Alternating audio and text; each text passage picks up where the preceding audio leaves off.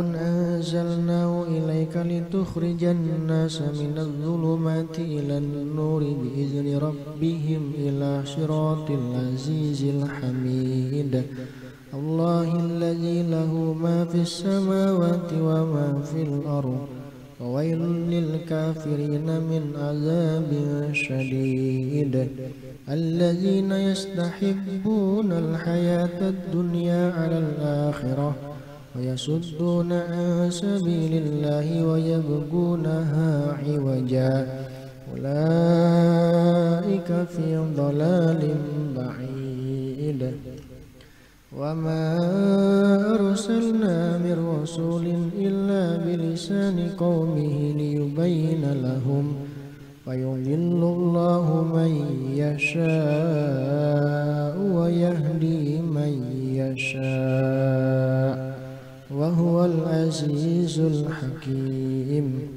ولقد أرسلنا موسى بآياتنا أن نخرج قومك من الظلمات إلى النور وذكرهم بأيام الله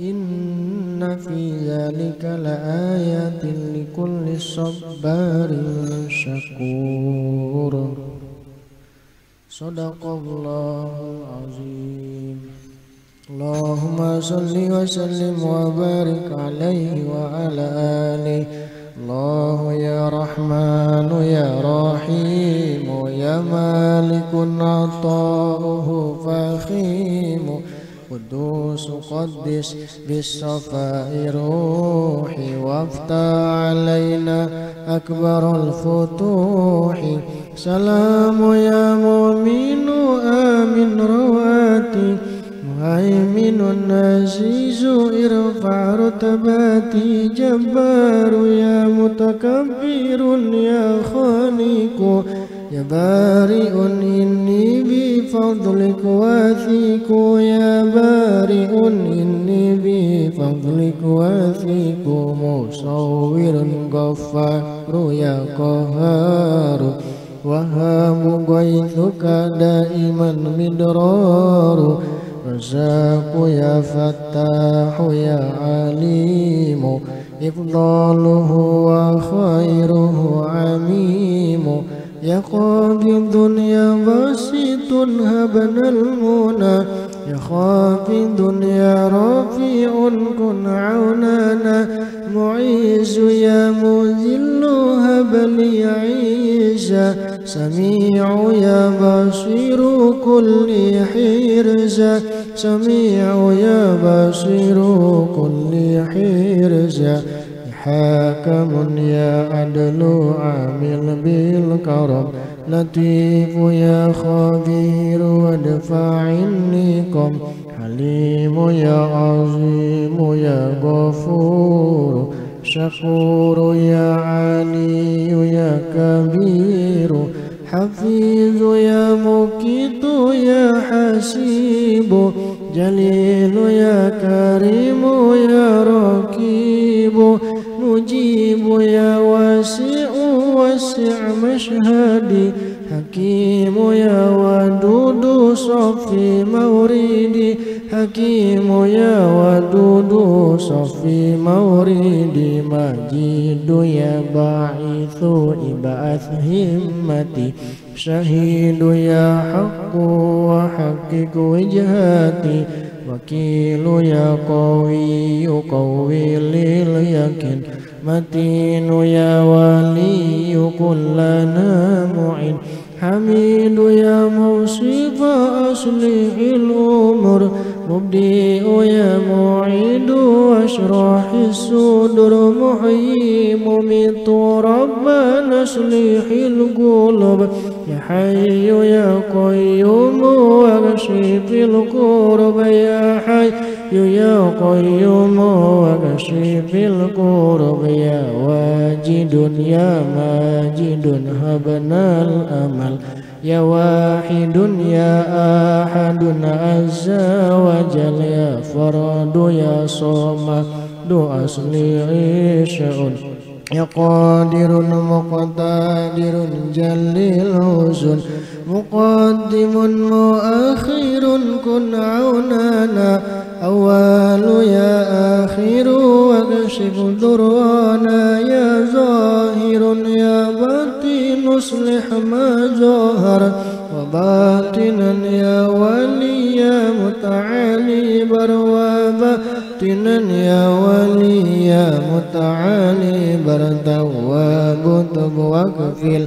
هدايا منتقم عفو يا رؤوف سامح من نادم يا مالك الملك اعطني مرامي فأنت ذو الجلال والإكرام مقسط يا جميع اجمع للخير غني يا مغني والضعيف الأجر يا مانع يا ضر اكفنا الضرر يا نافع انفعنا فأنت المدخر يا نافع انفعنا فأنت المدخر يا نور نور واهدنا يا هادي بديع أصلح باطني والبادي يا باقي يا وارث يا رشيد صبور هبنا فوق ما نريد من كل خير هاهنا والآخرة وزيد وضاعف للهبات الوافرة وهب لنا الحنان يا حنان وامنن علينا إنك المنان وامنن علينا إنك المنان بالمصطفى خير الأنام الطاهر ذي القدر والوجه المنير الزاهر ذي الجاه والذكر الجميل العاطر وأكرم الشفعاء عند الفاطر صلى عليه الله والآل الغرر وصحبه والتابعين بالآثر مسلما في كل حين أبدا الحمد للرحمن دابا سرمدا والحمد للرحمن دابا سرمدا اللهم صل وسلم وبارك عليه وعلى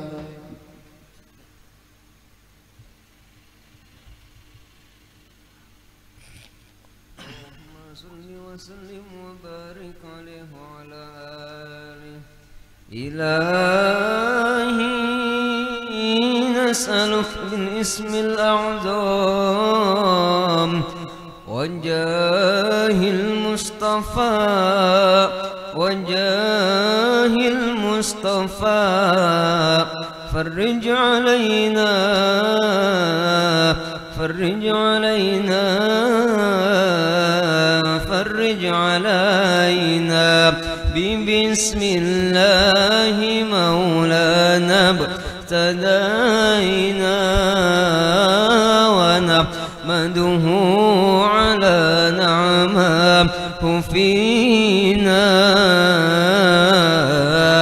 توسلنا به في كل أمر جيات الخلق رب العالمين وبالأسماء ما وردت بنفسي وما في الغيب مخزونا الموصونا لكل كتاب أنزله تعالى وقرآن شفاء للمؤمنين وبالهدي توسلنا ولوذنا وكل الأنبياء والمرسلين وآلهم مع الصحابة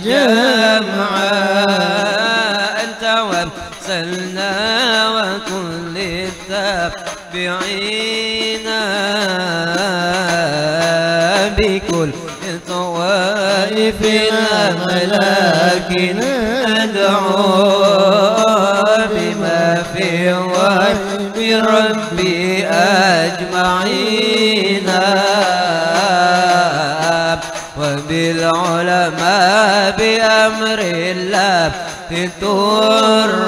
تران وكل الأولياء والصالحين أخص به إمام القطب حقا وجه الدين تاج العارفين أرقى في رتبة التمكين مرقى وقد جمع الشريعة واليقين وذكر العين رسل قد بأجل عن القلب صنع للصادقين في الدين محيي الدين حقا له تحكيمنا وبه اقتدينا ولا ننسى كمال الدين سعدا نظيم الحبل تاج العابدين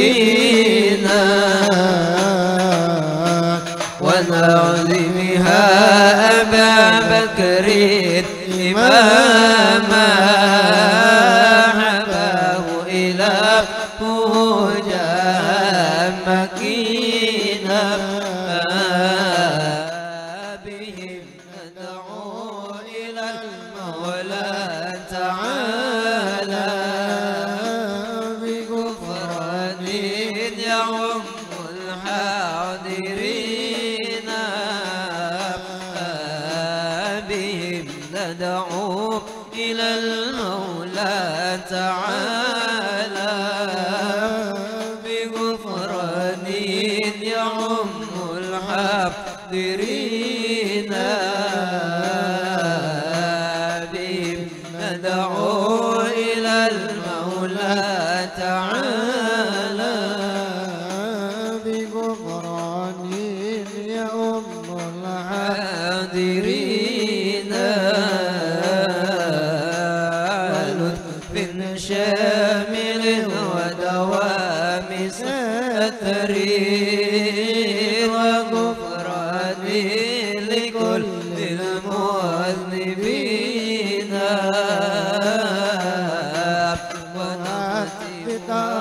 بتقصيد عظيم بحول الله لا يقدر علينا وستر الله مسؤول علينا وعين الله ناظرة إلينا ونختم بالصلاة على محمد ما من كل خير الشافعين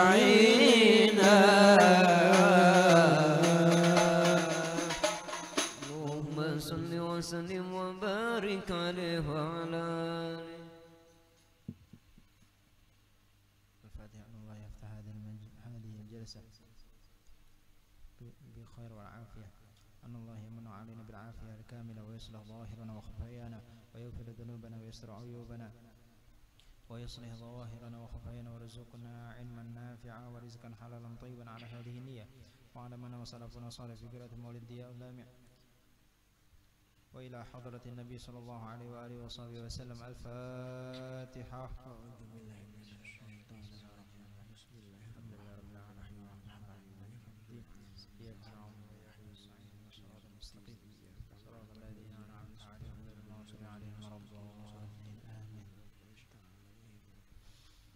يا ربي صل على محمد حبيبك الشافع المشفع يا ربي صل على محمد حبيبك الشافع المشفع يا ربي صل على محمد على الورى رتبة وأرفع يا ربي صل على محمد على الورى رتبة وأرفع يا ربي صل على محمد أسمى البرايا جاها وأوسع يا ربي صل على محمد اسم البرايا جاها وأوسع يا ربي صل على محمد واسلك بنا ربي خير مهيا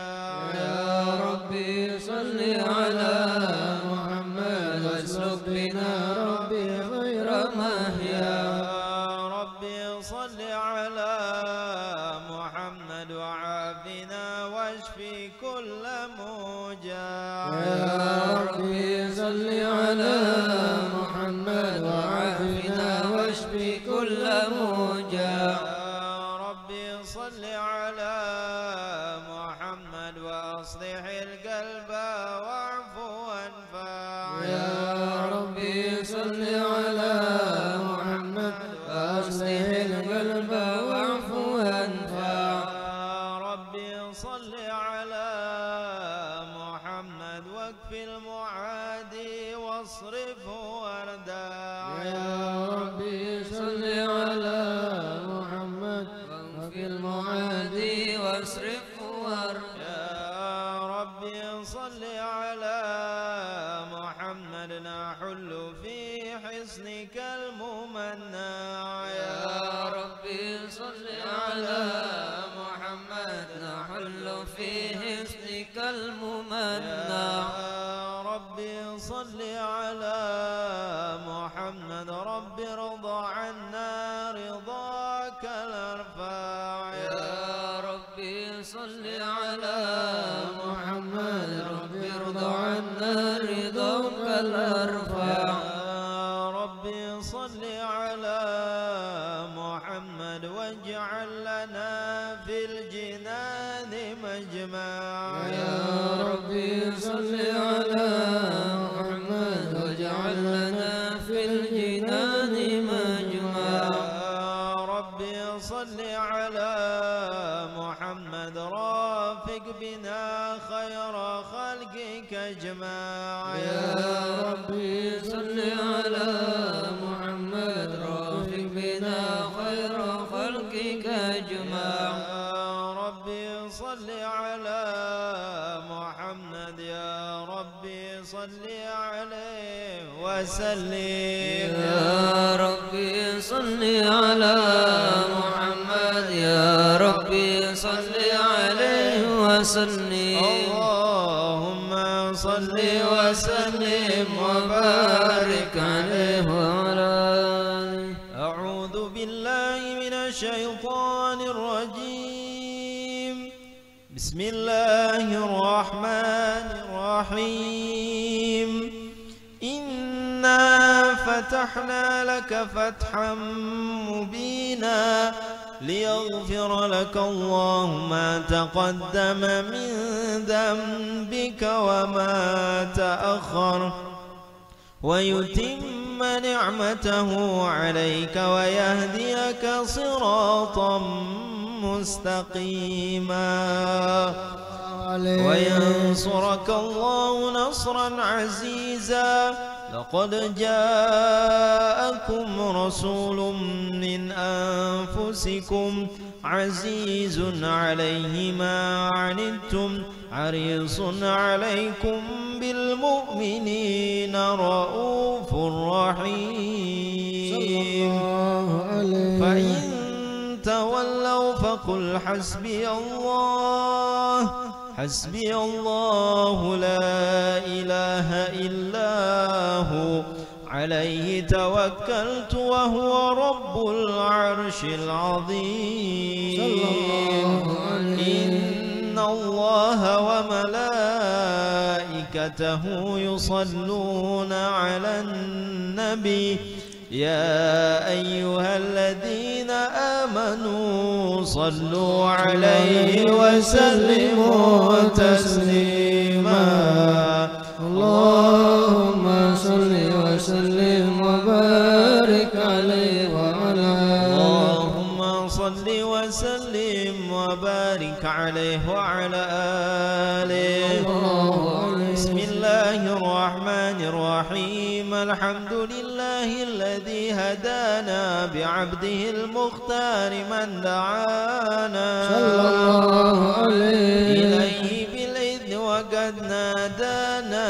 لبيك يا من دلنا وحدانا صلى الله عليه صلى عليك الله بارك الذي بك يا مشفع خصنا وحبانا صلى الله عليه مع آلك الأطهار معدن سرك الأسمى فهم سفن النجاة عمانا صلى الله عليه وعلى صحابتك الكرام حماة دينك أصبحوا لولائه عنوانا صلى الله عليه والتابعين لهم بصدق ما حدا حاد المودة هيج الأشجانا صلى الله عليه والله ما ذكر الحبيب لدى المحب إلا وأضحى والها النشوانا صلى الله عليه أين المحبون الذين عليهم بذل النفوس مع النفائس هانا صلى الله عليه لا يسمعون بذكر طه المصطفى إلا به انتعشوا وأذهب رانا صلى الله عليه فاحتاجت الأرواح تشتاق اللقاء وتحن تسأل ربها الرضوانا صلى الله عليه حال المحبين كذا فاسمع إلى سير المشفع وارهف الآذان صلى الله عليه وانصت إلى أوصاف طه المجتبى واعذر لقلبك يمتلئ وجدانا يا ربنا صل وسلم دائما على حبيبك من إليك دعانا اللهم صل وسلم وبارك عليه وعلى آله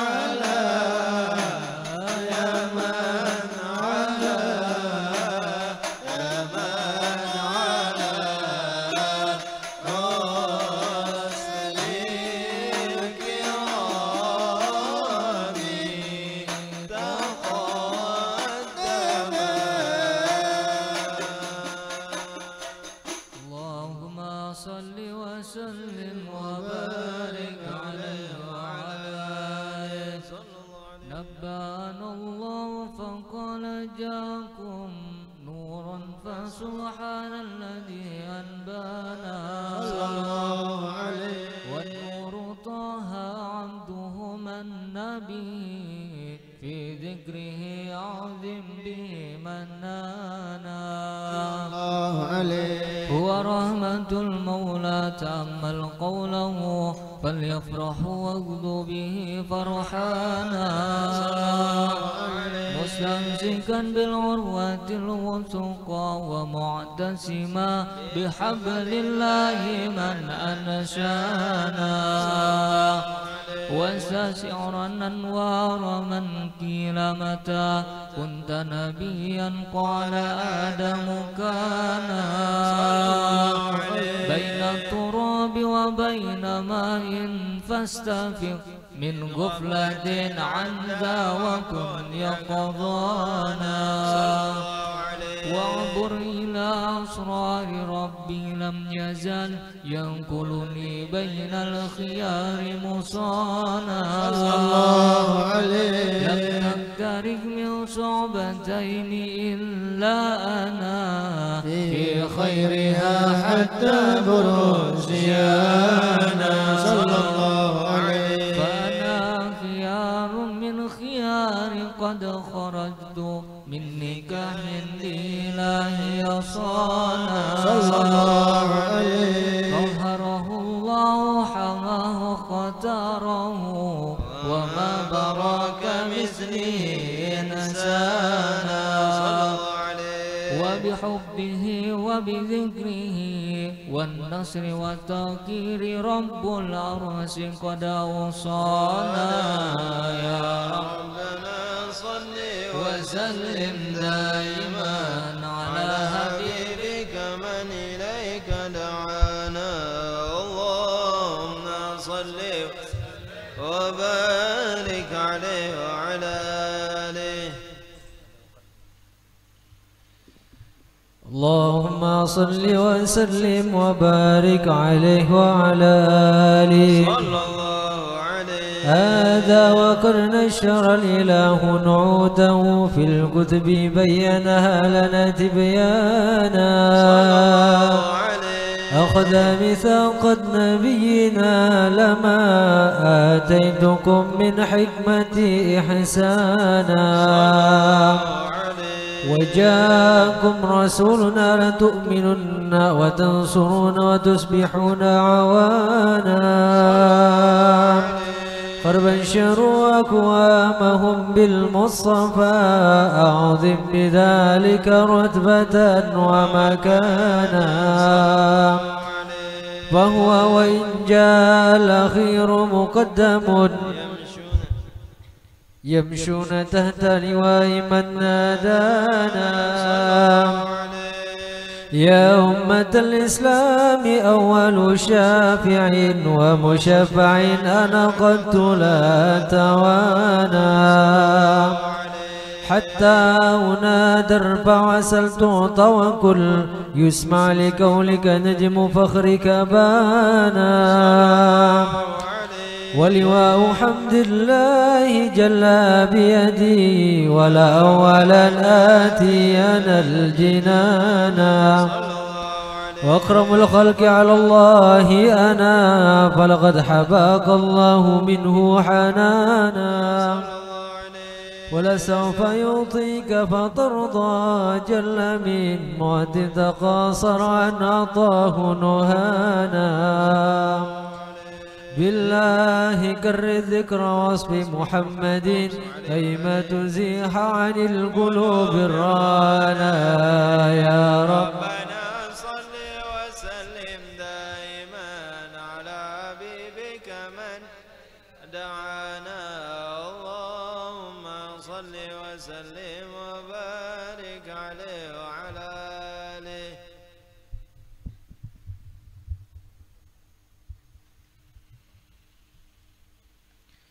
اللهم صل وسلم على سيدنا محمد وعلى آل سيدنا محمد.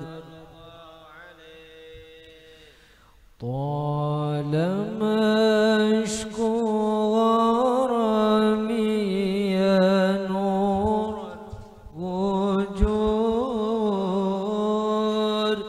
طالما اشكو غرامي يا نور الوجود،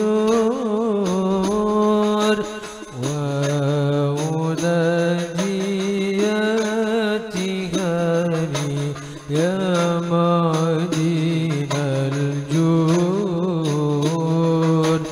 وهديتها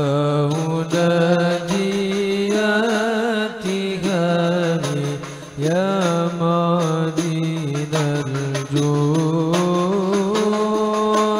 طالما اشكو غرامي يا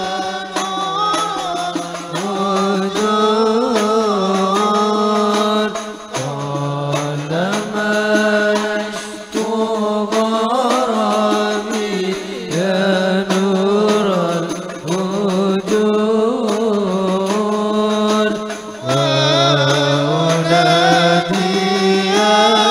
وأولادياتها يا مدين الجود، وأولادياتها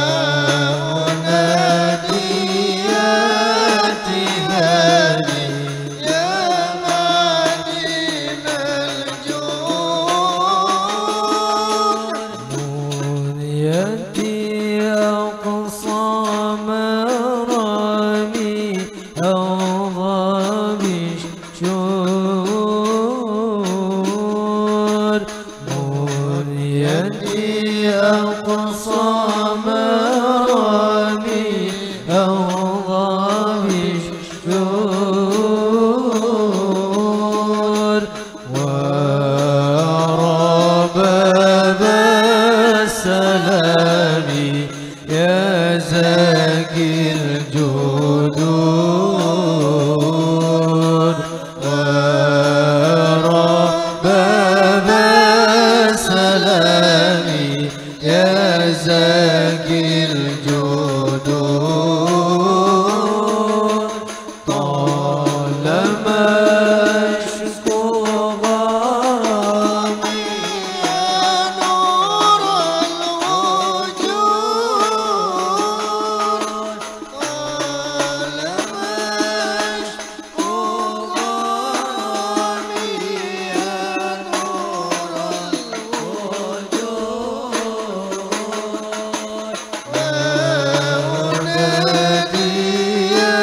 وأولادياتها يا مدين الجود، وأولادياتها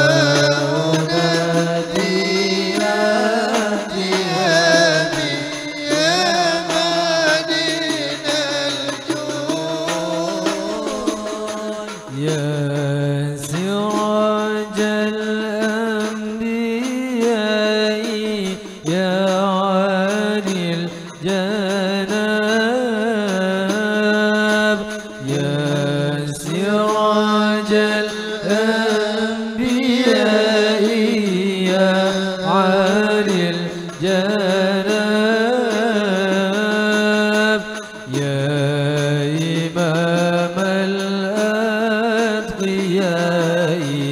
إن قلبي ذاب، يا إمام الأتقياء إن قلبي ذاب.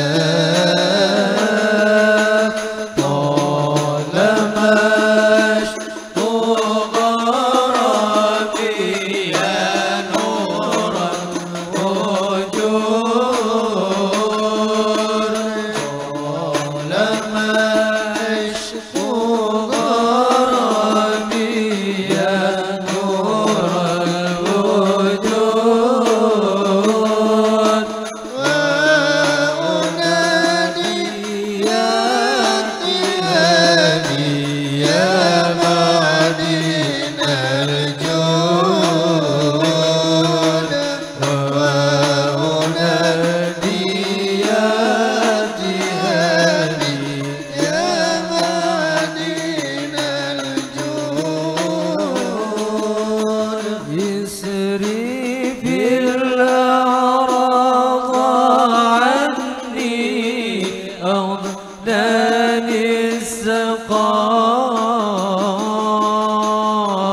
اصرف الأعراض عني أغلاني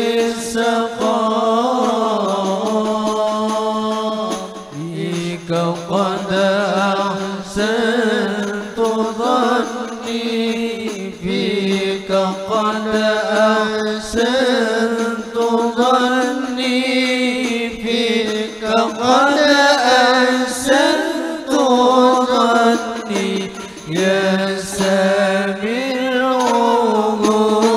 العهود طالما أشكو غرامي يا نوجود طالما أشكو غرامي يا نور الوجود وأنادي يا تهاني يا معدن الجود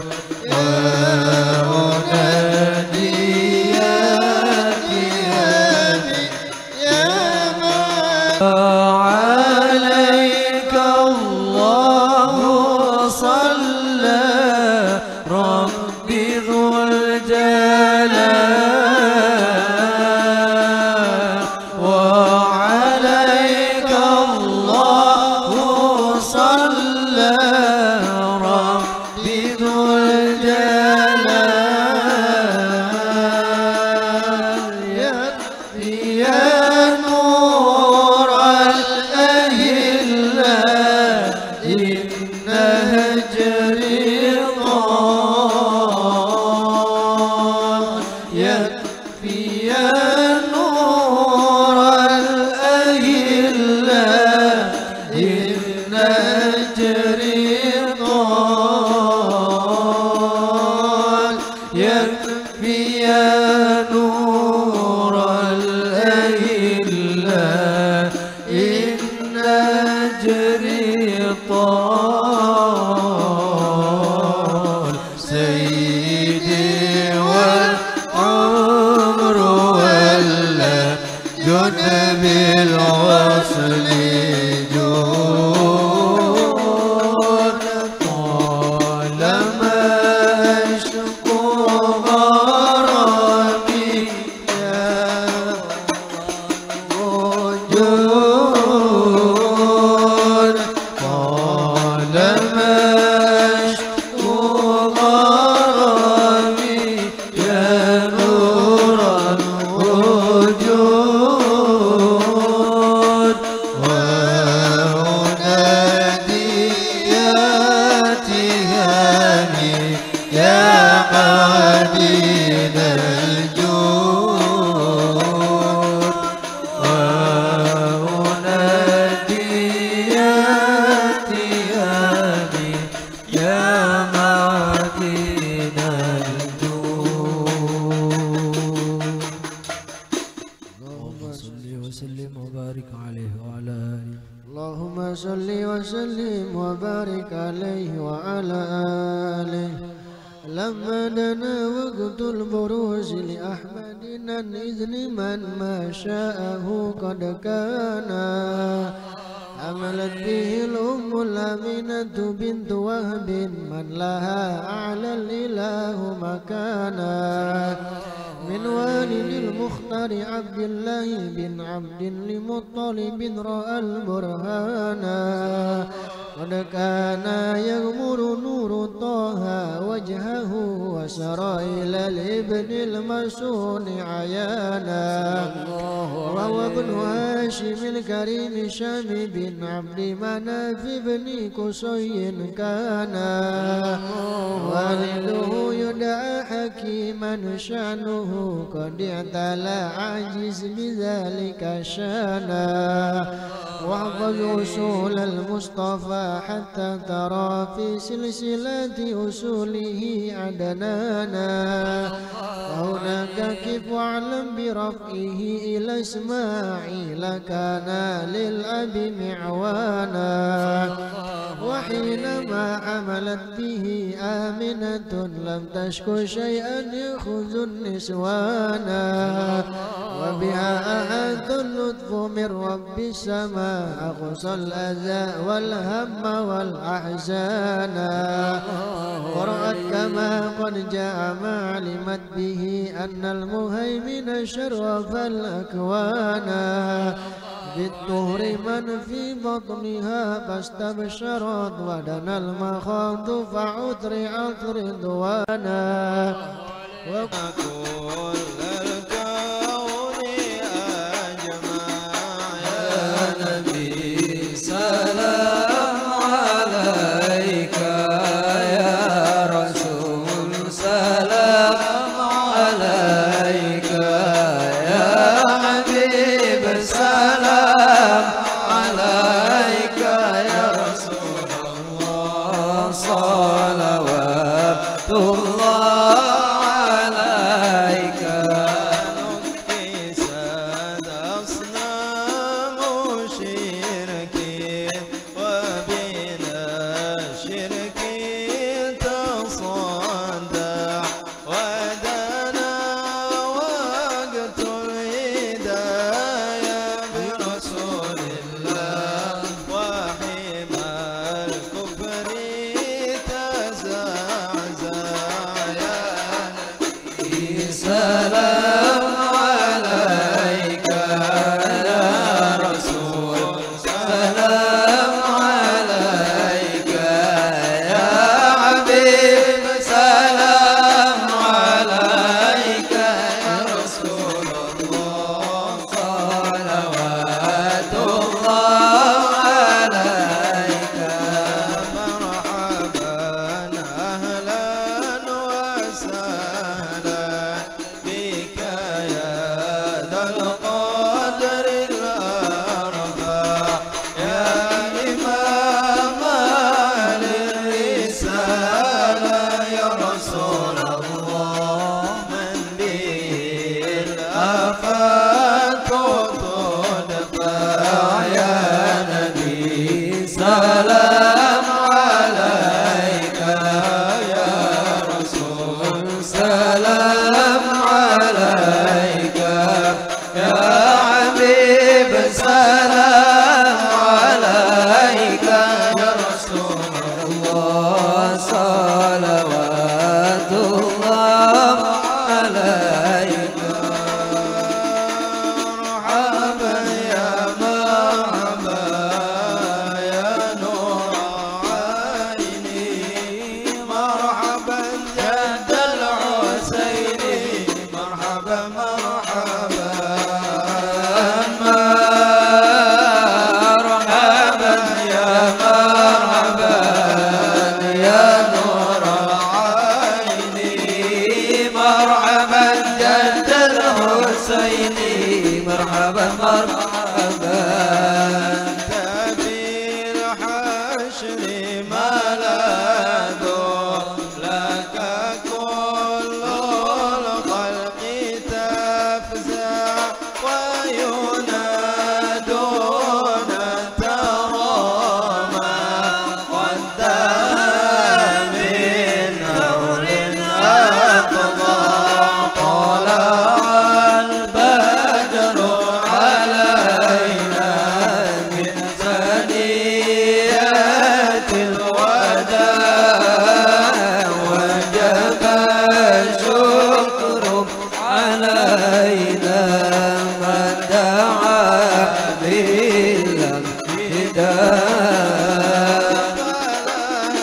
بالابتداء أنت فتسجد وتنادى اشفع تشفع فعليك الله صلى ما بدا النور وشاشا طلع البدر علينا من ثنيات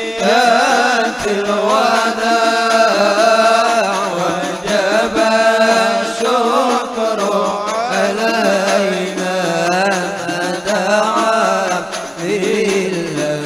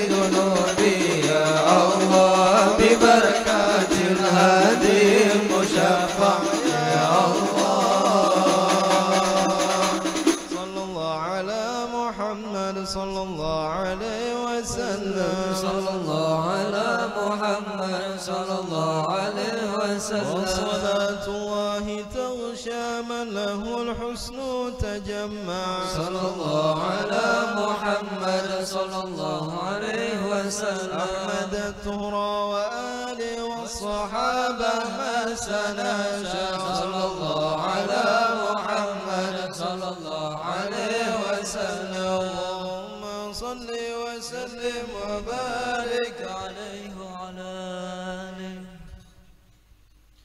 اللهم صل وسلم وبارك من بركات محمد ما حير الأذهان وقد كان ابنها يبيت يبكي مصربا جيعانا لكنه ليلة جاء الحبيب بات موفور الرضا شبعانا ودرت الناقة ألبانا وقد سمنت ويبتها فكان شانا أنكره رفقتها وسلمت أشجار مولانا سبحان من أنطق أشجارا وأحجارا تحيي المصطفى سبحانا يا ربنا صل وبارك عليه وعلى اللهم صل وسلم وبارك عليه وعلى آله صلى الله عليه هذا وقد نشأ الحبيب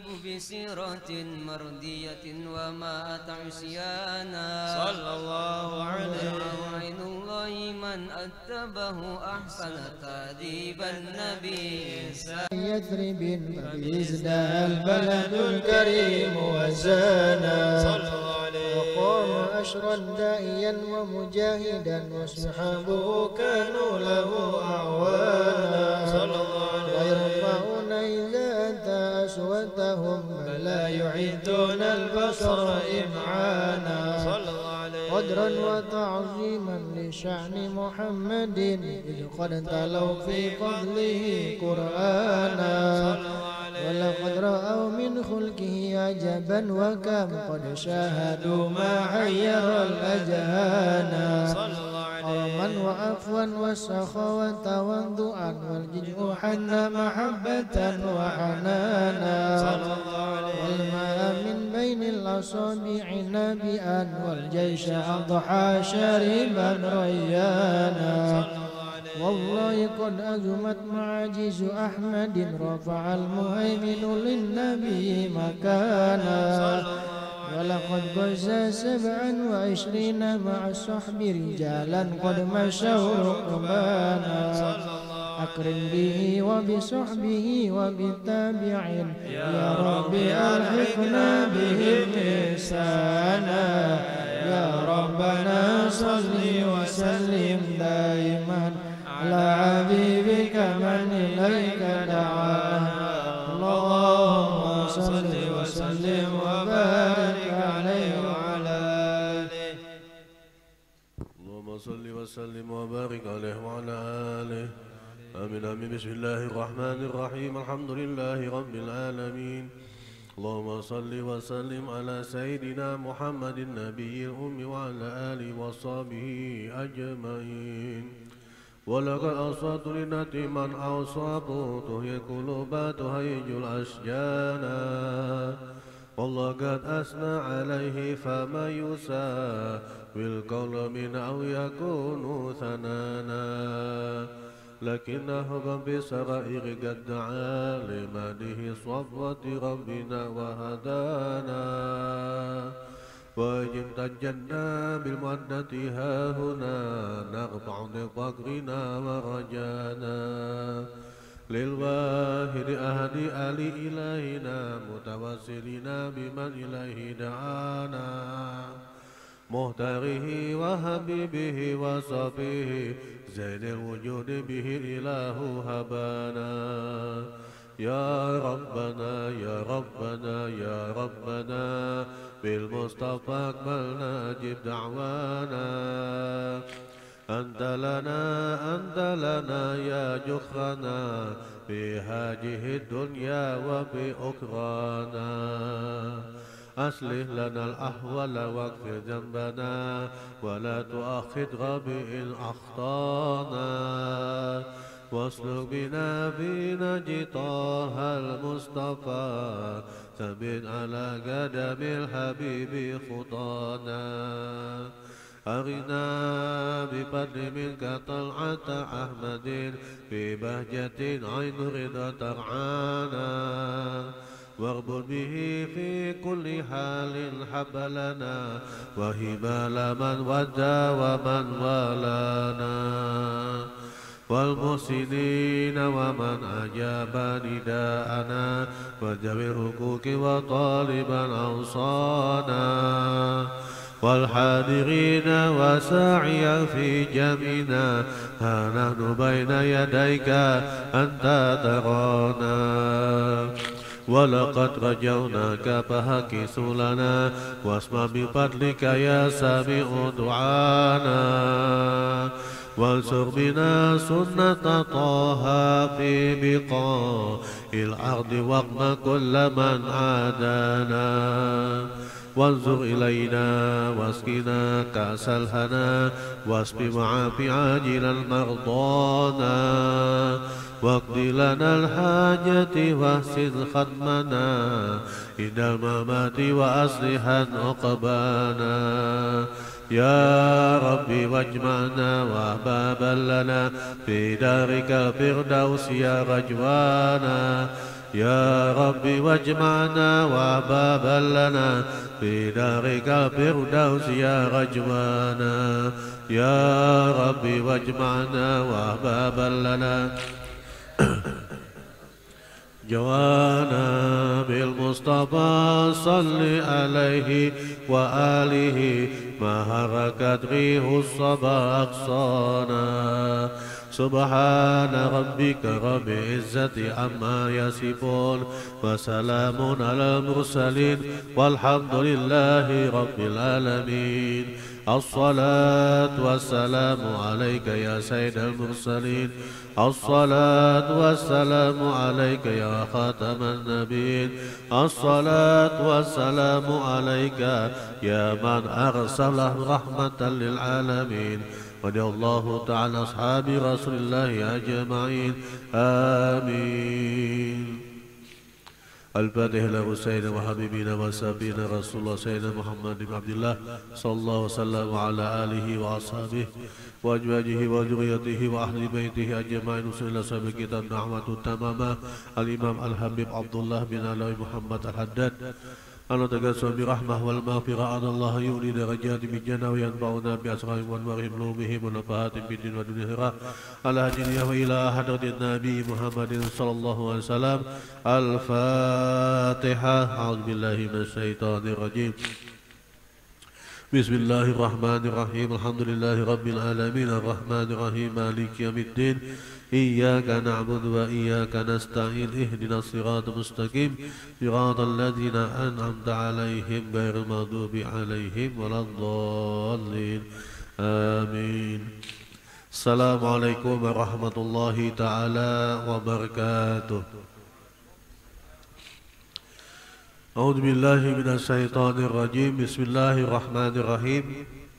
الحمد لله رب العالمين وبه نستعين على أمر الدنيا والدين وصلى الله وسلم على سيدنا محمد ختم النبيين وعلى آله وصحبه أجمعين. سبحانك لا علم لنا إلا ما علمتنا إنك أنت العليم الحكيم. رب زدنا علما وارزقنا فهما ولا حول ولا قوة إلا بالله العلي العظيم. نويت التعلم والتعليم والتذكر والتذكير والنفع والانتفاع والإفادة والاستفادة وحث على تمسك بكتاب الله وسنة رسوله والدعاء إلى الهدى والدلالة على الخير ابتغاء وجه مرضاته وقربه وثواب سبحانه وتعالى. اللهم إنا نسألك علما نافعا ورزقا واسعا وحلالا طيبا وأملا متقبلا ببركة سيدنا محمد صلى الله عليه وسلم. أما بعد. قال مصنف رحمكم الله ونفعنا به وبعلومه في الدارين رضي الله عنكم.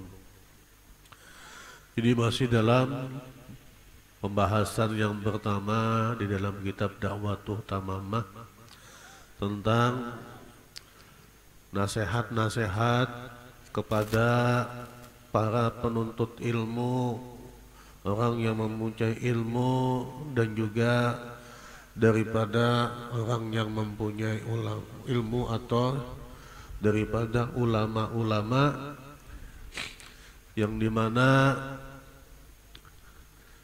peringatan golongan yang pertama ini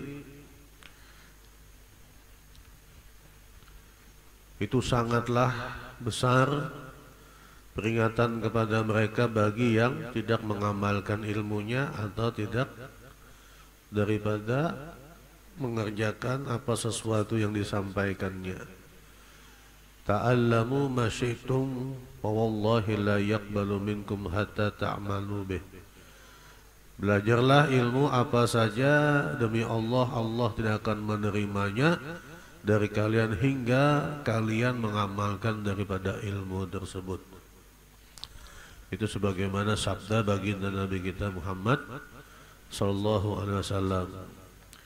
Dan juga Allah sangat membenci kepada orang yang lima taqulun ma la taf'alun. Lima taqulun ma la taf'alun. Dia hanya bisa menyampaikan tetapi tidak mengerjakan apa yang disampaikannya.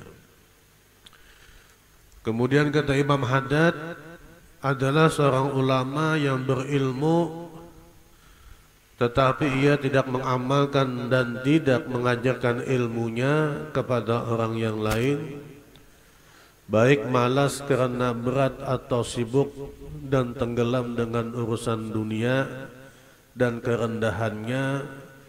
Para ulama yang seperti ini diumpamakan seperti batu yang besar yang berada di pinggir sungai.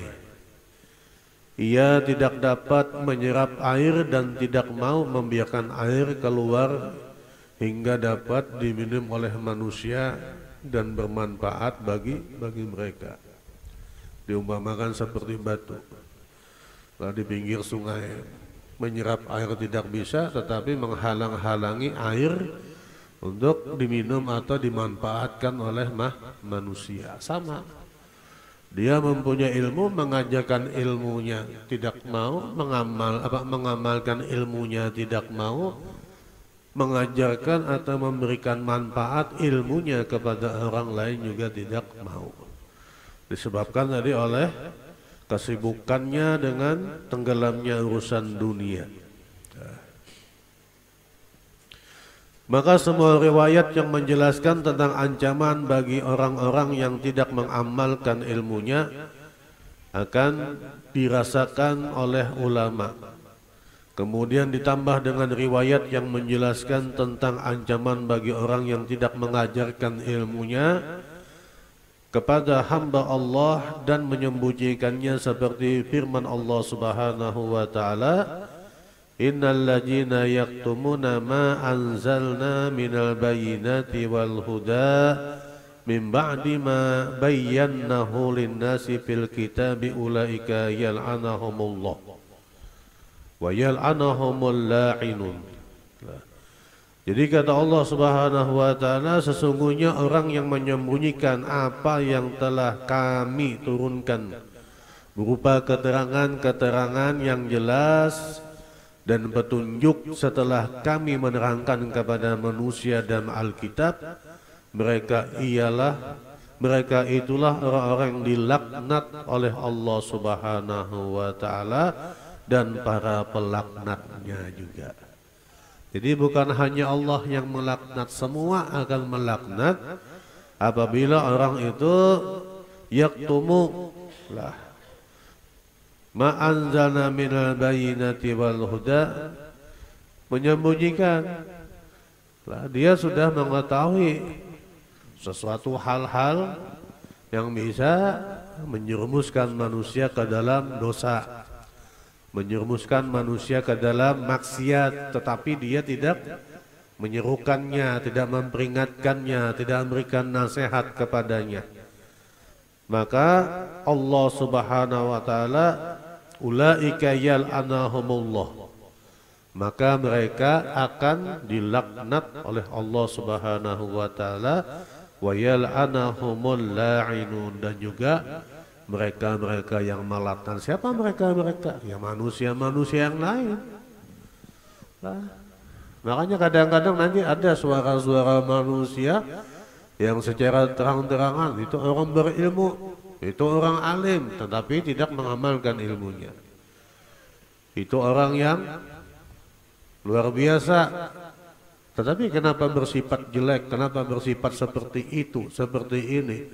Akhirnya orang lain yang akan melaknat, selain juga sudah dilaknat oleh Allah Subhanahu wa ta'ala.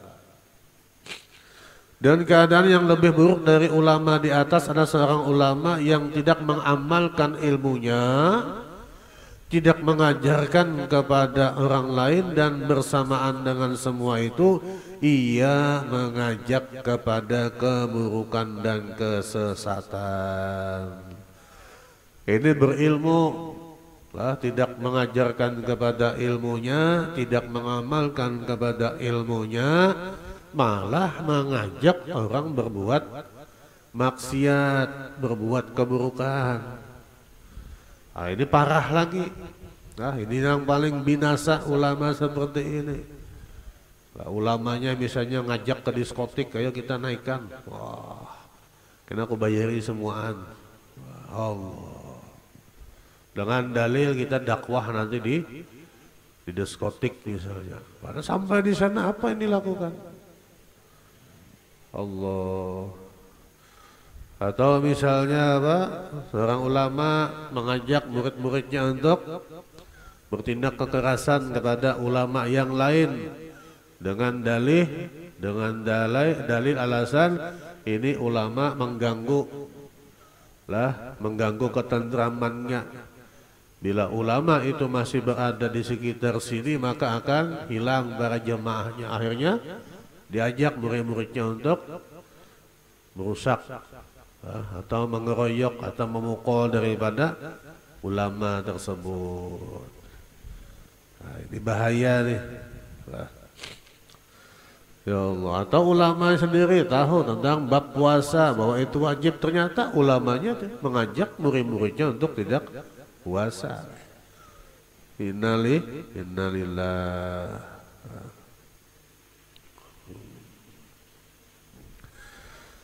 Menyebarkan keburukan dengan mengatasnamakan kebaikan, menggambarkan kebatilan dengan kegembiraan kebenaran. Nah, jadi namanya batil sudah tak salah, gembira, senang, seakan-akan tidak merasa akan dosa, tidak takut dengan azab, tidak takut dengan siksa. Wah, senang ketika berbuat maksiat. Ketika berbuat kesalahan, ini ulama malah gembira, senang. Allah. Mungkin ia melakukan hal ini karena berniat ingin menjilat dan mencari muka orang-orang yang zalim dan yang bodoh atau yang jahil, untuk mendapatkan pangkat dan kedudukan di sisi mereka. Ya, untuk mencari pangkat, kedudukan, ya apapun dilakukan. Dicari dalil-dalil yang bisa membenarkan. Dicari dalil-dalil yang bisa membenarkan. Ya Allah. Banyak sudah. Akhirnya ya apa? Yang dia kejar ya dunia tadi tuh, harta, kedudukan. Harta, kedudukan. Bahwa dia lupa mencari pujian Allah yang maha tinggi. Lupa. Yang dia cari pujian manusia. Lupa dia bahwa Allah lah harusnya yang kita cari pujiannya, bukan manusia. Mencari kedudukan, pangkat yang sebenarnya sementara atau fana atau akan hancur. Untuk mendapatkan pangkat dan kedudukan di sisi mereka, sampai mendapatkan harta dan segala kenikmatan duniawi yang ada di tangan mereka. Ya akhirnya jadi apa? Jadi seperti sapi dicucuk hidung. Kemana? Kemana orang jahil, orang yang punya pangkat, punya kedudukan, punya harta, ikut menggiring mereka, ikut mengikuti mereka, seperti sapi ditarik. Harusnya dia yang membimbing, bukan dia yang mengikut. Harusnya dia yang memberikan nasihat. Ini dia akhirnya diatur. Ini ramai sekarang ulama-ulama, ya Allah, bukannya tidak boleh ikut politik, silakan. Tapi politik yang bagaimana? Rame-rame dukung calon ini, daftar, mengatasnamakan ulama ini, ulama itu, innalillah. Akhirnya ya satu calon bawa ulama, akhirnya ulama diadu domba oleh mereka. Ya Allah, nggak mengerti lah. Akhirnya ulama fanatik dengan pemimpin ini, calon ini. Akhirnya ya ulamanya pun tidak saling tegur sapa. Ulamanya pun saling ya, membanggakan ini pasang apa calon ini yang baik, calon ini ya innalillah. Tertipu. Tugas kita tuh memberikan manfaat kepada umat. Tugas ulama adalah untuk mengajak umat agar jauh daripada api neraka, mendekat kepada surga. Ini sendiri ulama sendiri mendekati neraka. Bagaimana? Akhirnya ya murid-muridnya pun sedikit saja jatuh. Sedikit salah langkah terjerumus karena ulama yang sendiri mendekati daripada jurang api neraka. Harusnya ulama sendiri yang menjauhi daripada api neraka.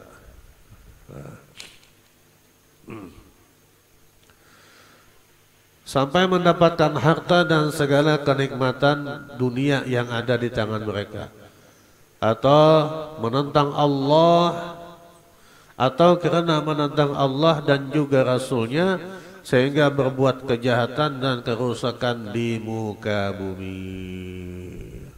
Ya dengan dalil Allah, selama dosa ini dilakukan Allah, apabila kita betul-betul mau bertobat, Allah akan membuka pintu taubatnya kepada kita. Itu dalil mereka. Asal jangan syirik, asal jangan mengaku Allah, asal jangan menyekutukan Allah. Dengan dalil seperti itu ya, berani melakukan perbuatan maksiat. Hati-hati, belum tentu Allah memberikan kesempatan kita untuk bertobat. Takutnya apa? Ketika dalam kita melakukan maksiat tersebut, Allah ambil ruhnya daripada jasadnya, meninggal dalam keadaan su'ul khotimah. Sama seperti kita, untuk kita sendiri, sama seperti kita, Allah bisa memasukkan kita ke dalam surga tanpa kita melakukan amal, bisa, mudah bagi Allah. Tanpa kita melakukan salat, bisa. Tanpa kita melakukan ibadah-ibadah, kewajiban-kewajiban, bisa Allah memasukkan kita. Seperti dalam surah hadis Riyadus Shalihin diceritakan ada seorang pembunuh yang telah membunuh 99 orang. Nah, ketika dia ingin bertobat, bertanya kepada seorang ulama, dia mengatakan tidak mungkin Allah mengampuni. Hanya dibunuhnya ulama tersebut menjadi genap 100. Datang lagi ke ulama yang satu, ulama ini mengatakan apabila engkau betul-betul benar ingin bertobat, maka Allah pasti akan mengampuni segala dosa dan kesalahanmu. Hanya betul-betul bertobat. Lalu bertanya kepada ulama tersebut, bagaimana cara agar aku bisa mendapatkan ampunan daripada Allah, agar taubatku diterima? Ulama itu menjelaskan bahwa engkau harus tidak mengulangi perbuatan yang telah engkau lakukan. Engkau harus meminta ampun kepada orang yang telah engkau jolimi. Nah, ini dilakukan oleh orang tersebut, melakukan perjalanan untuk meminta ampun, meminta maaf kepada keluarga atau ahli waris yang pertama kali dia bunuh. Di tengah perjalanan meninggal dunia. Datang malaikat penjaga neraka, oh ini jatahku nih, karena sudah 100 membunuh. Datang malaikat surga, tidak, dia telah bertobat dan tobatnya diterima oleh Allah, dia jatahku. Datang malaikat yang satunya, kita hitung langkahnya.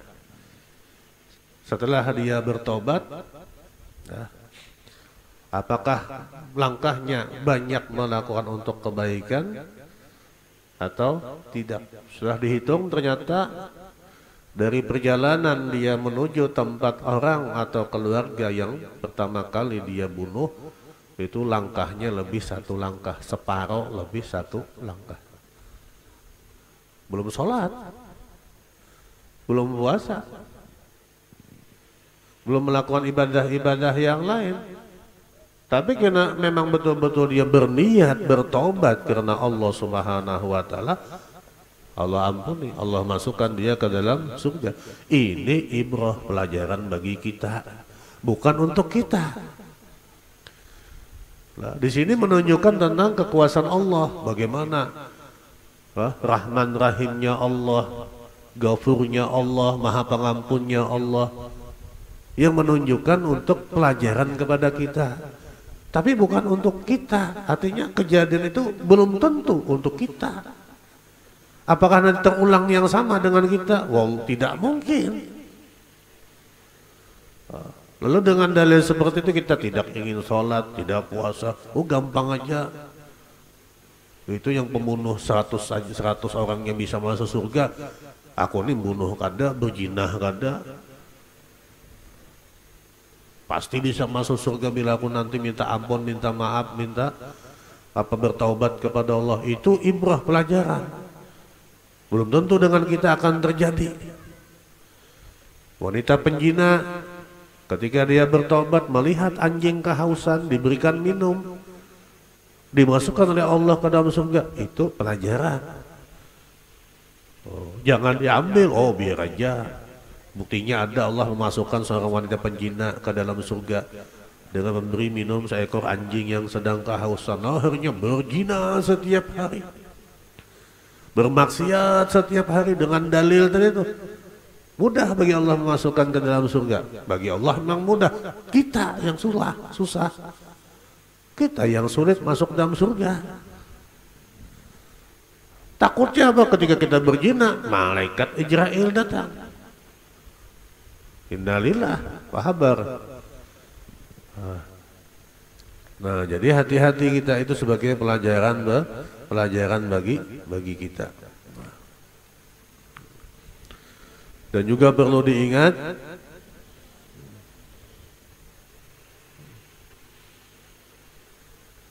kelewatannya.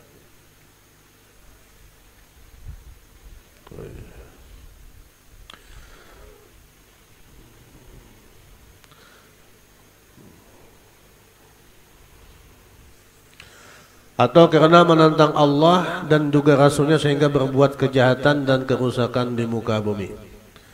Mereka itu para pengganti syaitan dan wakil-wakil di jalan yang pendusta lagi terlaknat, dan mereka ulama terjelek keadaannya dan yang kelak paling merugi, serta mereka akan menanggung dosa mereka sendiri dan dosa hamba-hamba Allah yang mereka sesatkan, serta dosa mengajak kepada kesesatan, sebagaimana sabda baginda Nabi kita Muhammad SAW. Artinya apa? Ulama seperti ini maka dia akan menanggung dosa sebanyak umat yang tersesat dengan ajaran dia. orang yang tersesat, dia akan menanggung dosa 10 orang tersesat situ. Bukan menanggung, terkena dosa yang sama. Lah. Terkena dosa yang sama. 100 yang mengikuti kesesatan dia, maka dia juga menerima dosa 100 orang tersesat akibat ajaran dia. Sebagaimana bandingin Nabi kita Muhammad SAW bersabda, man da'a ila dolalatin kana alaihi minal ismi mislu athami man tabi'ahu min ghairi an yungasu min athamihim syai'un. Man da'a ila dolalatin, barang siapa yang memberikan petunjuk atau mengajak kepada orang berbuat kesesatan, karena alaihi minal ismi, maka ia akan menanggung dosa seperti karena alaihi minal ismi mislu athimi man tabi'ahu. Maka dia akan menanggung dosa seperti orang yang mengikutinya min ghairi an yunqusa, tanpa sedikit pun dikurangi, min athamihim syai'un, tanpa dikurangi sedikit pun dosa mereka.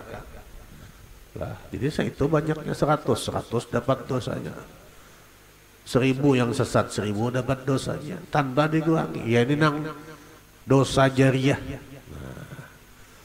Dosa jariyah. Sampainya dalam kubur, sebanyak orang yang menyebarkan kesesatannya masuk ke dalam kuburnya juga dosa-dosanya. Kalau amal jariyah kan kebalikannya, kebaikan-kebaikan yang akan masuk, yang akan dapat. Nah ini kita, sebanyak orang yang tersesat mengikut daripada apa yang dia seru, maka sebanyak itu dia menanggung dosanya, menerima dosanya. Sampai dalam kubur ada yang masih menyebarkan tentang ajarannya, selama itu dia akan dapat dosanya. Allah. Terkadang para ulama seperti ini setelah ia wafat, dosa dan kesalahan serta kesesatannya berkelanjutan secara terus menerus. Ayo. Allah. Sama lah. Sehingga ia diajak di dalam kuburnya. Ayo. Dosa-dosa masih terus bertambah setelah wafatnya, disebabkan masih ada orang yang mengamalkan dan mengikutinya sepanjang waktu. Sampai hari kiamat ada yang mengikutinya, sepanjang itu dia akan disiksa di dalam kubur. Allah. Dah kita jangan tahu wafat dengan itu. Jangan sampai kita. Sungguh beruntung orang-orang yang wafat dan dosanya juga mati bersamanya, sebagaimana dikatakan oleh sebagian ulama. Jadi beruntunglah orang ketika wafat, dosanya juga berhenti. Dia meninggal, dosanya berhenti. Ini karena orangnya wafat, dosanya masih mengalir masuk dalam kuburnya. Jangan sampai. Ya contoh misalnya kita menyuruh apa misalnya malam tahun baru dangdutan, misalnya di mana, di muka kantor kelurahan. Siapa lurahnya yang mau anuakan. Akhirnya tiap tahun diumpati, mulai zaman Sidin pertama kali menyuruh sampai ke hari kiamat, terus menerus toh dangdutannya. Maka selama itu orang yang pertama kali mengadakan dangdutan di situ tuh dosanya masuk terus. Misal, misalnya lagi ada apa, ya Allah, ya macam-macam lah. Allah.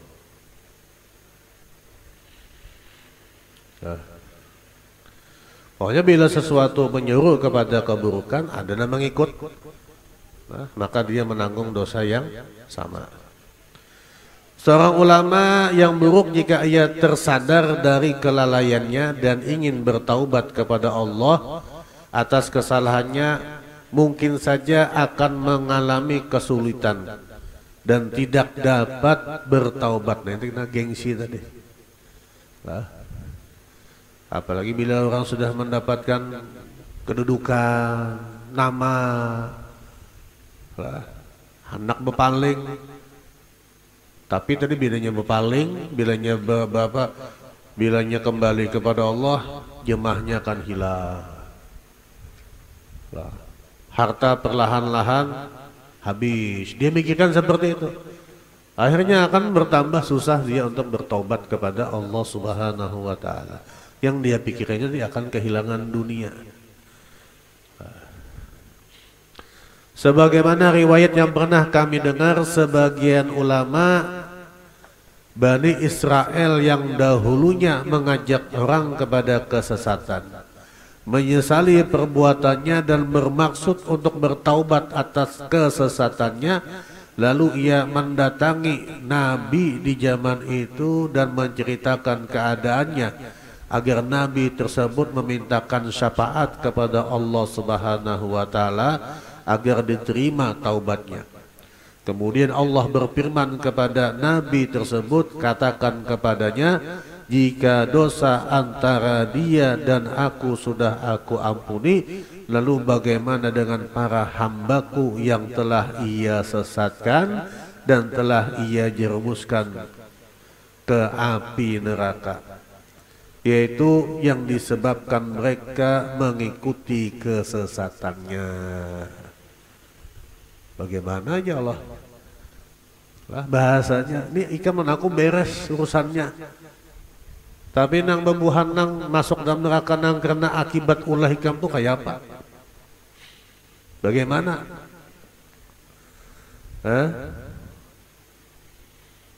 Apakah semudah itu? Otomatis nanti di dalam api neraka protes. Makanya api neraka nanti ditanya, dibawa siapa yang mengajarkan engkau? Tuh nah, Habib Salahuddin yang mengajarkannya. Bawa sini dia malaikat. Tanya, Ian mengajarkan, inggih, masuk juga, jangan tahu-tahu. Ini mereka akan mencari. Lah, orang-orang yang ada dalam neraka ini mencari, ini sumbernya siapa dulu? Habib Salahuddin ternyata sumbernya. Bawa. Nah, ditanya, betul, betul. Masuk juga. Sama ketika seorang anak, ketika anak tersebut tidak diajarkan ilmu agama oleh orang tuanya, tidak dititipkan oleh orang tuanya untuk menuntut ilmu agama, ketika anak ini masuk ke dalam api neraka, dia akan protes, akan menuntut kepada kedua orang tuanya.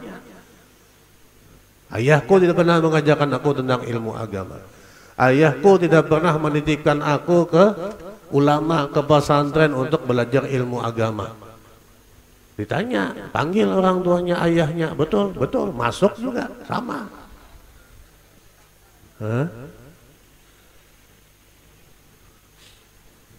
Tapi kalau yang berbuat kebaikan, lah orang yang berbuat kebaikan, maka dia akan bisa menyelamatkan orang yang berbuat kesesatan, orang yang berbuat keburukan. Ya, diceritakan anak soleh, dia tidak akan mau masuk ke dalam surga kecuali orang tuanya pun masuk ke dalam surga. Ditanya oleh Allah, mana orang tuanya? Dalam neraka ya Allah. Jemput orang tuanya, masukkan bersama dengan anak-anaknya. Allah, mudahan termasuk kita golongan seperti ini. Jadi kata Allah, bagaimana urusan engkau dengan orang yang sudah masuk neraka yang disebabkan oleh mengikuti kesesatan engkau? Bagaimana? Ditanya oleh Allah Subhanahu wa Ta'ala. Otomatis orang yang masuk ke dalam neraka tidak akan terima. Ya Allah, enak benar. Dia telah menyebabkan kami masuk ke dalam neraka. Dia engkau ampuni, dia masuk dalam surga. Kami bagaimana ya Allah? Allah Maha Adil.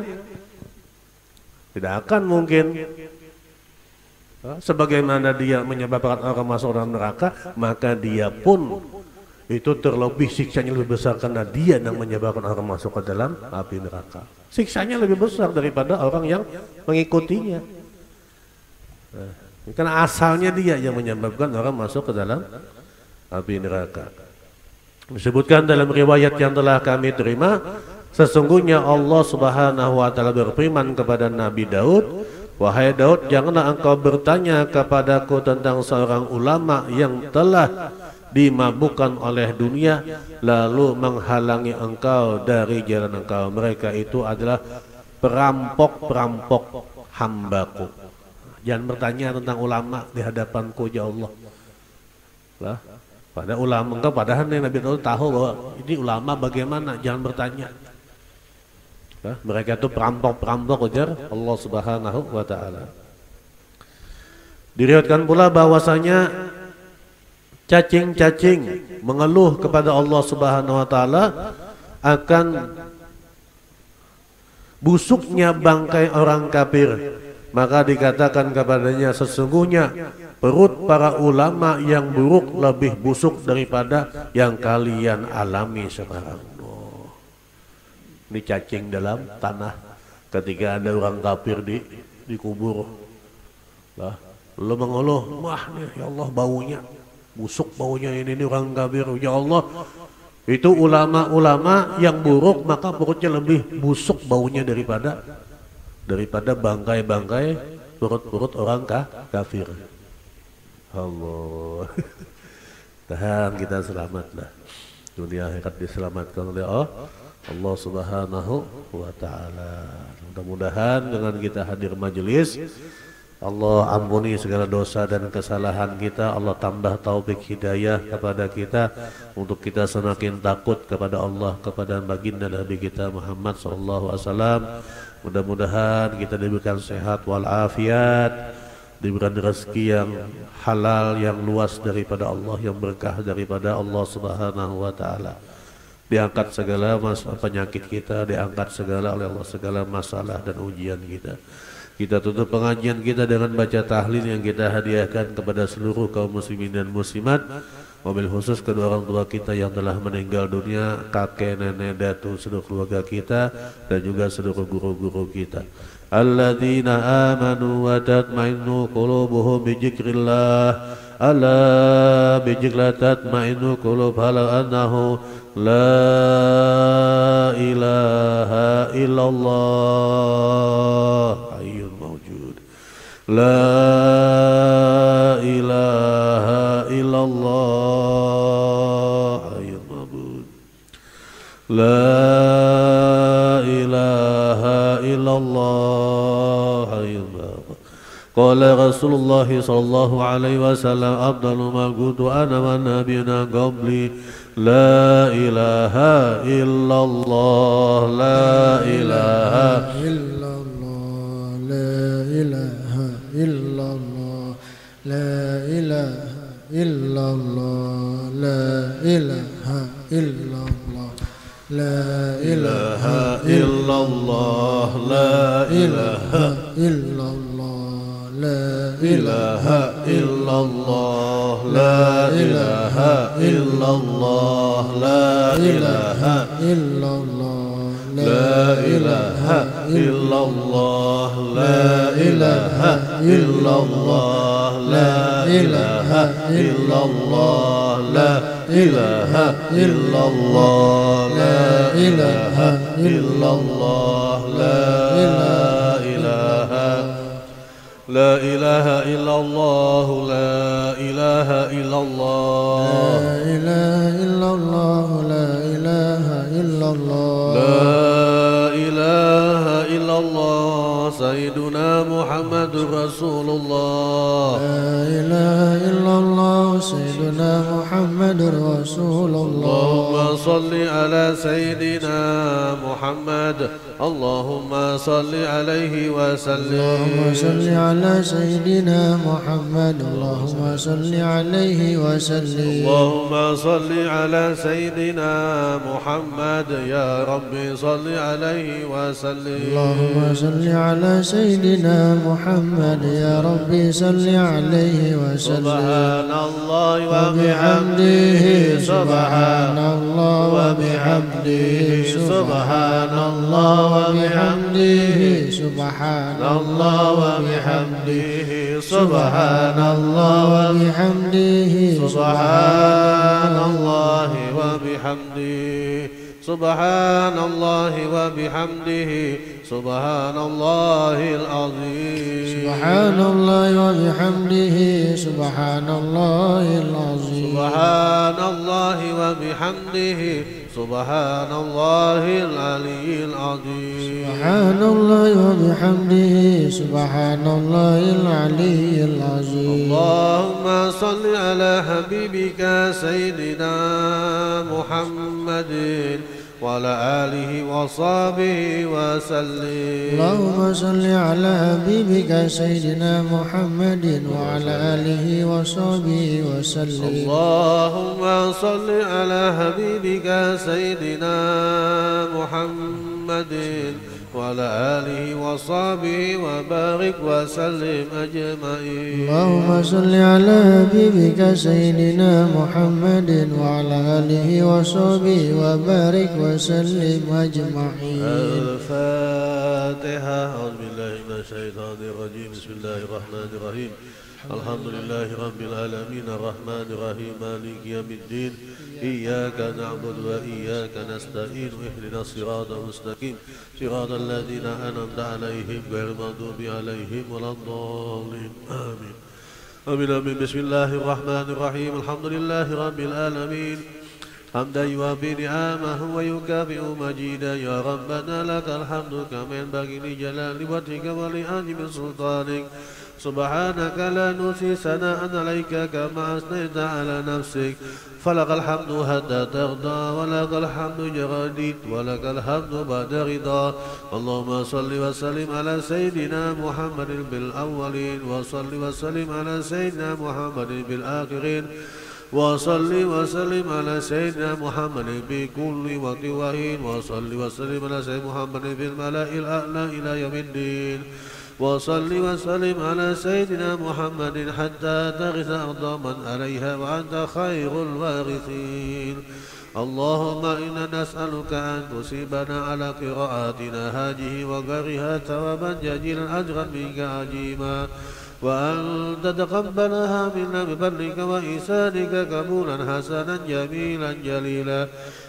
ونسألك اللهم أن تجعلها منا هادية توصل إلى حضرة سيدنا وحبيبنا وسفينا رسول الله سيدنا محمد بن عبد الله صلى الله عليه وسلم زيادة من شرفه وكرامه ثم ثواب مثل ثواب ذلك إلى أرواح آبائه وإخوانه من الأنبياء والمرسلين صلوات الله وسلامه عليه وعلى أجمع من الصحابة وقرابة والتابعين وتابعهم بإحسان إلى يوم الدين. ثم ثواب مثل ثواب ذلك إلى أرواح الأربعة الأئمة المجتهدين ومقابل العلماء العام الفقهاء والمفسرين وسائر المحققين وتابعهم بإحسان إلى يوم الدين.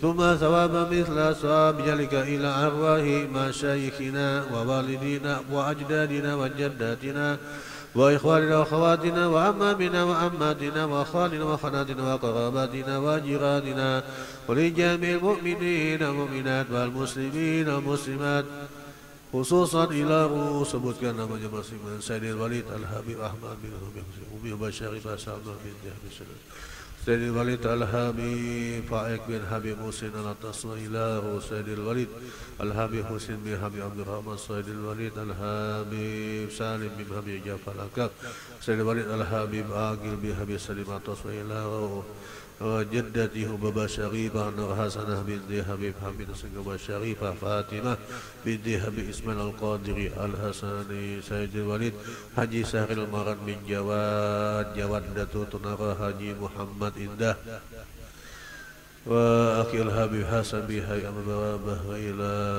جميع قرباتنا وأهلنا وذرياتنا وزنا وسلم سبيله في هذا البلاد. اللهم اغفر لهم وارحمهم وآبهم واعف عنهم. اللهم اغفر لهم وارحمهم وآبهم واعف عنهم. اللهم اغفر لهم وارحمهم وآبهم واعف عنهم. اللهم اجعل قبورهم روضة من رياض الجنة ولا تجعل قبورهم فردا من حفر النيران اللهم اجعل الرحمة والنعمة والمغفرة والشفاعة على أرواحهم ربنا تقبل منا إنك أنت السميع العليم وتب علينا إنك أنت التواب الرحيم ربنا آتنا في الدنيا حسنة وفي الآخرة حسنة وقنا عذاب النار وصلى سيدنا محمد وبالأمي وعلى آله وصحبه وسلم سبحان ربك رب العزة عما يصفون وسلام على المرسلين الحمد لله رب العالمين. Sebelum kita baca zikir talqin, kita bacakan ada satu undangan panitia haul Tuan Guru Kiai Haji Ja'far bin Kiai Haji Muhammad Nazir insyaallah akan mengadakan haul pada hari Jumat malam Sabtu 16 Dzulqa'dah 24 Mei Ba'da Isya. Tempat Jalan Tembikar Kiri, RT 01 RW 01 Desa Simpang 4. Majelis Ta'lim An-Nur wal Barakah. Itu Guru Ahmad Saubari. Nah, di situ malam Sabtu ini diundang semuaan jemaah Majelis Syama'il An-Nabawiyah. Dari Ba'da Isya sampai selesai.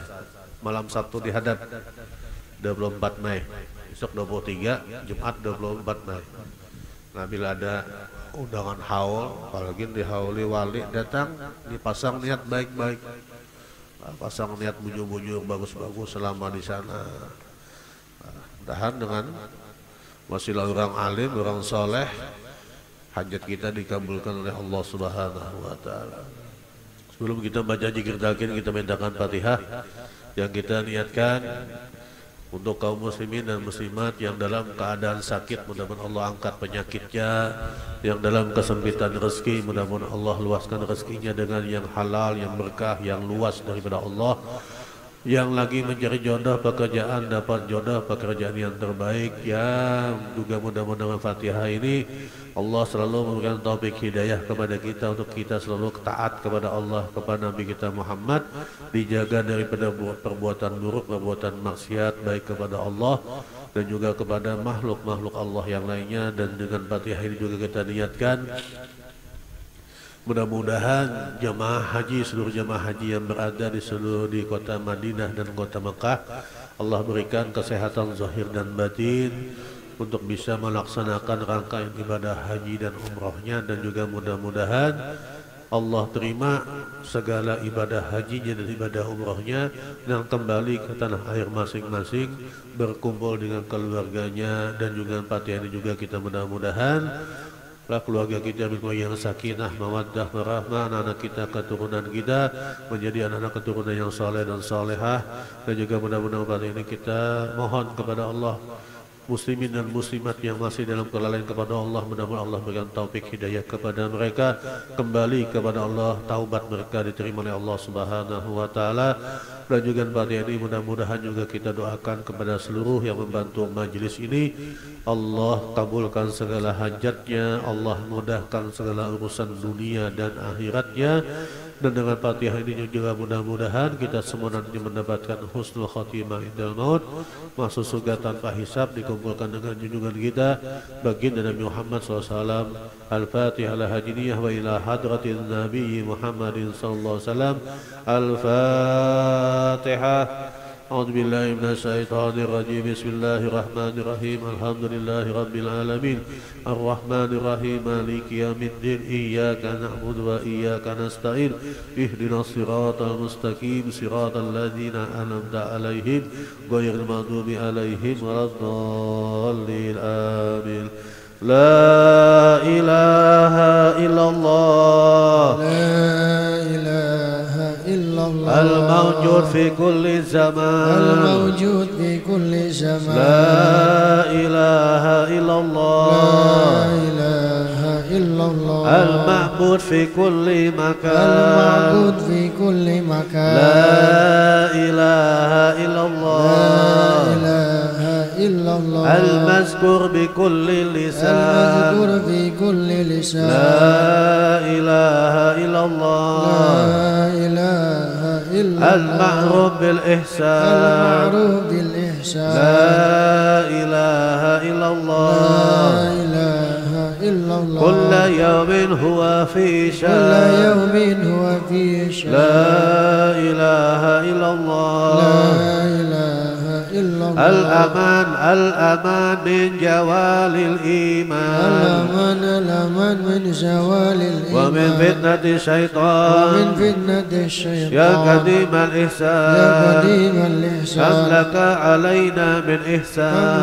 علينا من إحسانك إحسان القدير إحسانك القدير يا حنان يا يا منان حنان يا منان يا رحيم يا يا رحمن رحيم يا رحمن يا غفور يا يا غفار غفور يا اغفر غفار لنا وارحمنا اغفر لنا وأنت خير وأنت الراحمين خير الراحمين وصلى الله على سيدنا محمد وآله وصحبه وسلم صلى الله على سيدنا محمد وعلى آله وصحبه وسلم يا ربنا اعترفنا بأننا اغترفنا وأننا أسرفنا على لظى أشرفنا فتوب علينا توبة تغسل كل حوبة واستر لنا العورات